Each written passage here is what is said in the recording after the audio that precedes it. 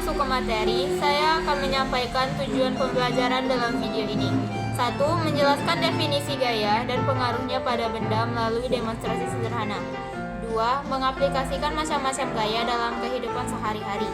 3. Mengukur gaya segaris dan searah serta segaris dan berlawanan arah.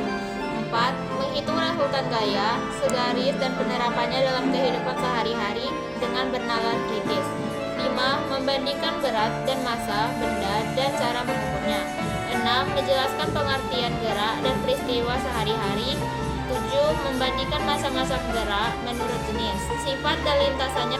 8. Membedakan kecepatan dan kelajuan dalam gerak serta penerapannya dalam kehidupan sehari-hari. 9. Menjelaskan hukum Newton dalam penerapan dan gerak dalam kehidupan sehari-hari.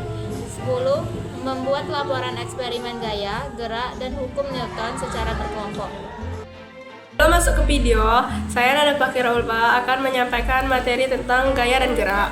Gaya adalah dorongan atau suatu tarikan yang menyebabkan benda bergerak, sedangkan gerak adalah perpindahan tempat benda. Saya Nurhidlah Sulaidi. Setelah kamu mempelajari pengaruh gaya terhadap benda, mari kita pelajari jenis gaya yang dapat mempengaruhi benda sehingga menyebabkan benda bergerak. Ada 6 jenis gaya yang akan kelompok kami jelaskan. Berikut gaya-gayanya. Gaya yang pertama yaitu gaya otot. Gaya otot merupakan gaya yang diperoleh dari otot-otot tubuh kita. Misalnya saat kita mendorong meja menggunakan gaya otot tangan dan menendang bola menggunakan otot kaki. Inilah contoh gaya otot mendorong meja menggunakan otot tangan.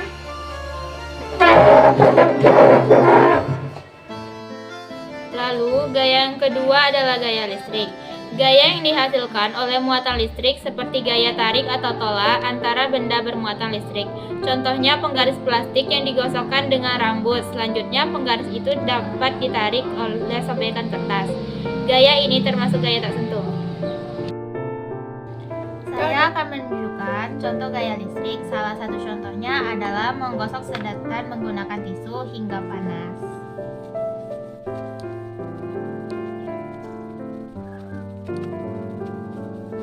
Lalu didekatkan dengan kertas.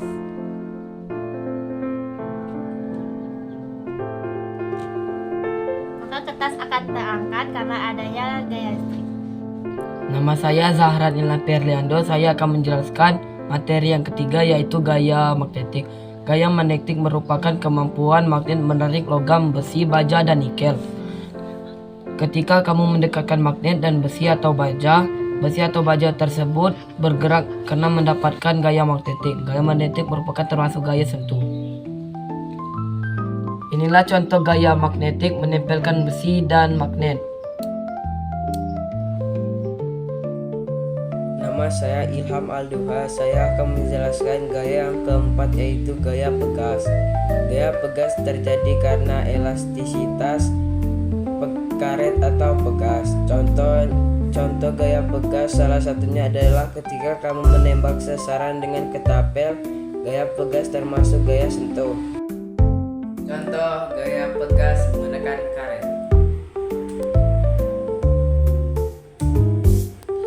Saya Windri Chalsan Nabila.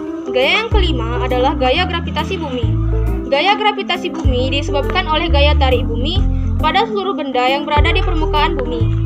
Gaya gravitasi termasuk gaya tak sentuh. Akibat gaya ini, semua benda akan tertarik menuju pusat massa bumi. Contohnya buah kelapa atau apel yang jatuh dari pohonnya. Inilah contoh gaya gravitasi bumi, seperti menjatuhkan buah apel ke tanah. Lalu selanjutnya saya akan menjelaskan gaya yang keenam yaitu gaya gesek. Gaya gesek merupakan gaya yang bekerja pada dua benda yang paling sering bergesekan. Gaya ini termasuk gaya sentuh. Saya akan menunjukkan contoh gaya gesek. Salah satu contohnya adalah menggesekkan korek api.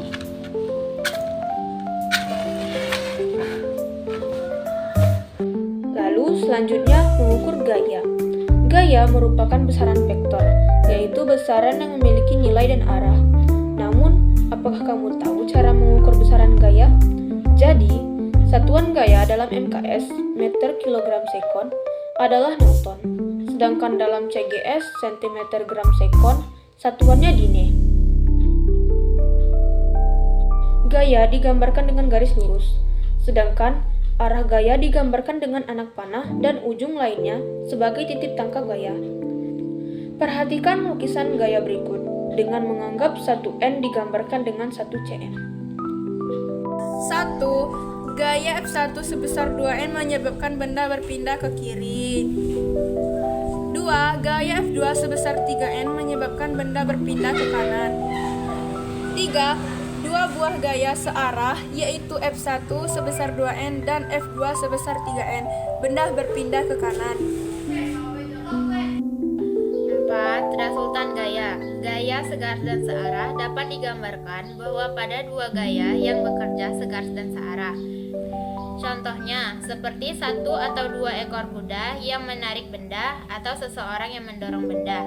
Lalu, gaya segaris dan berlawanan arah. Apabila dua gaya bekerja segaris dan berlawanan arah, besar resultan gaya adalah selisih antara kedua gaya tersebut dan arahnya berarah dengan gaya terbesar. 5.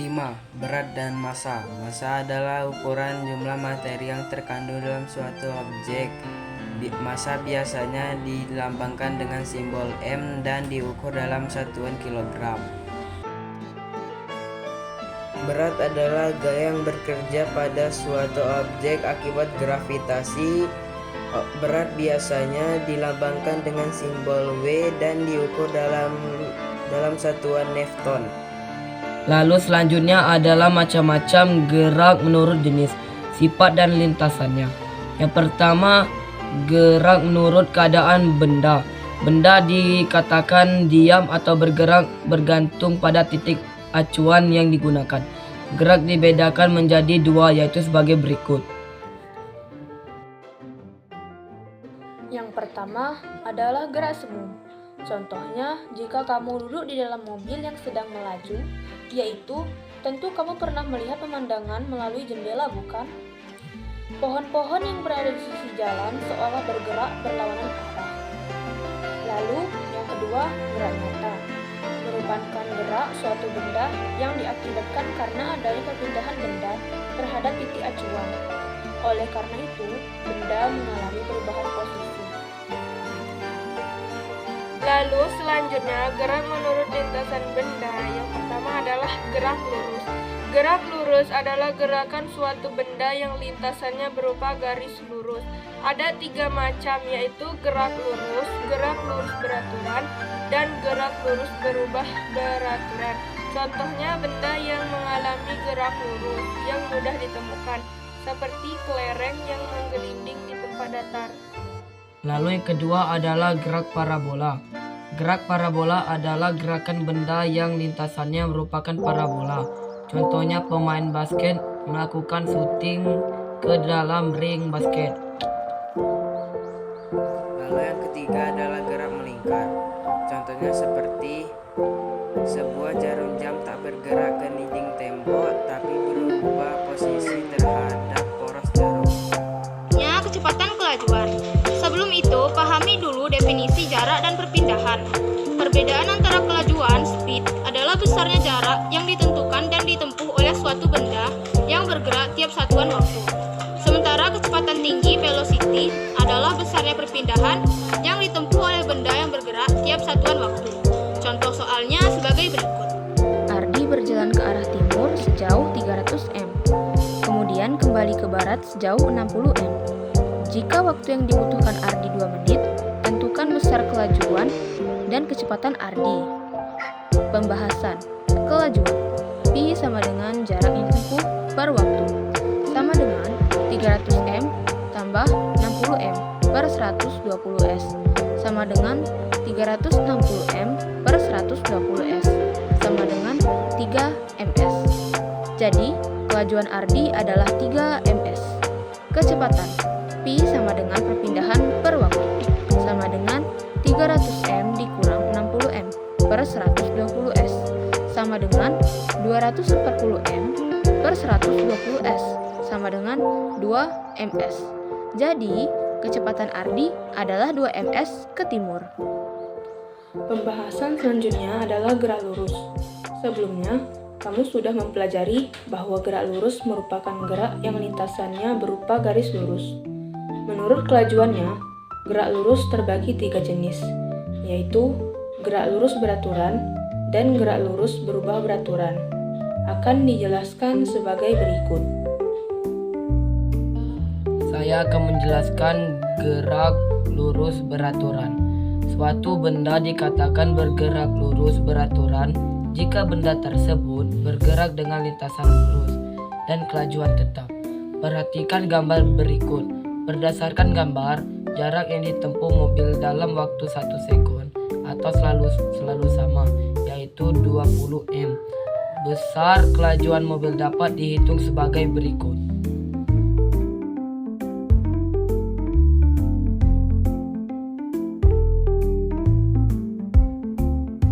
Gerak lurus berubah beraturan. Kamu sudah mempelajari bahwa benda tersebut memiliki kecepatan yang tetap. Namun dalam kehidupan sehari-hari, kita jumpai benda namun bergerak dengan kelajuan tetap. Coba amati laju kendaraan di jalan raya. Kendaraan tersebut memiliki kelajuan yang tetap. Kemudian bertambah atau pada kondisi tertentu kelajuan berkurang. Kondisi lain, kita benda dijatuhkan ke tanah. Hukum 1 Newton yang berbunyi sebagai berikut. Resultan gaya-gaya pada benda sama dengan 0 atau tidak ada gaya yang bekerja pada benda. Benda itu akan diam tidak bergerak atau akan bergerak lurus beraturan dengan kecepatan tetap. Prinsip itulah yang menyebabkan benda terdorong ke depan ketika bus tiba-tiba direm atau terdorong ke belakang. Hukum 1 Newton disebut juga hukum kelembaman atau inersial. Secara matematis, hukum 1 Newton dinyatakan sebagai berikut. Contoh hukum 1 Newton dalam kehidupan sehari-hari adalah sebagai berikut. Benda tetap diam tidak bergerak di atas meja selama tidak ada gaya yang bekerja. Yang kedua adalah hukum 2 Newton. Coba kamu ambil sebuah kerikil, setelah itu lempar kerikil tersebut ke atas secara tegak lurus. Selanjutnya, kamu amati gerak kerikilnya. Bagaimanakah kelajuan kerikil tersebut? Hukum 2 Newton berbunyi sebagai berikut. Percepatan suatu benda sebanding dengan jumlah gaya, resultan gaya, yang bekerja pada benda tersebut dan berbanding terbalik dengan masanya. Secara matematis, hukum 2 Newton dapat dinyatakan dengan persamaan sebagai berikut. A sama dengan F per M atau F sama dengan MA. Dengan F sama dengan gaya yang bekerja pada benda N, M masanya benda kilogram, dan A sama dengan percepatan benda M per S pangkat 2. Penerapan hukum 2 Newton dalam kehidupan sehari-hari, misalnya truk tronton yang mengangkut muatan besar akan bergerak lambat dibandingkan saat kosong dengan gaya mesin yang sama. Yang ketiga adalah hukum 3 Newton. Hukum 3 Newton berkaitan dengan interaksi dua benda. Untuk lebih memahaminya, coba kamu ikat salah satu ujung tali ke tembok atau tiang, lalu duduk di atas kursi yang punya roda sambil menarik ujung tali yang bebas. Ketika kamu menarik melalui ujung tali, dikatakan memberi gaya aksi pada dinding, sehingga dinding juga seolah memberi reaksi dorongan. Gaya perlawanan oleh dinding disebut gaya reaksi. Fenomena tersebut berkaitan dengan hukum 3 Newton yang berbunyi sebagai berikut. Jika suatu benda memberikan gaya pada benda lain, benda yang dikenai gaya akan memberikan gaya yang besarnya sama dengan gaya yang diterimanya dari benda yang pertama, tapi arahnya berlawanan. Secara matematis, hukum 3 Newton dikatakan sebagai berikut. F aksi sama dengan min F reaksi. Jika tidak ada aksi, maka tak ada reaksi. Sungguh cantik anak si Dara, bila tersenyum memikat hati, kau tersirat untuk bicara mohon maaf. Mentari senja telah tenggelam, hujan turun mulai terjatuh. Kami tutup video ini dengan salam.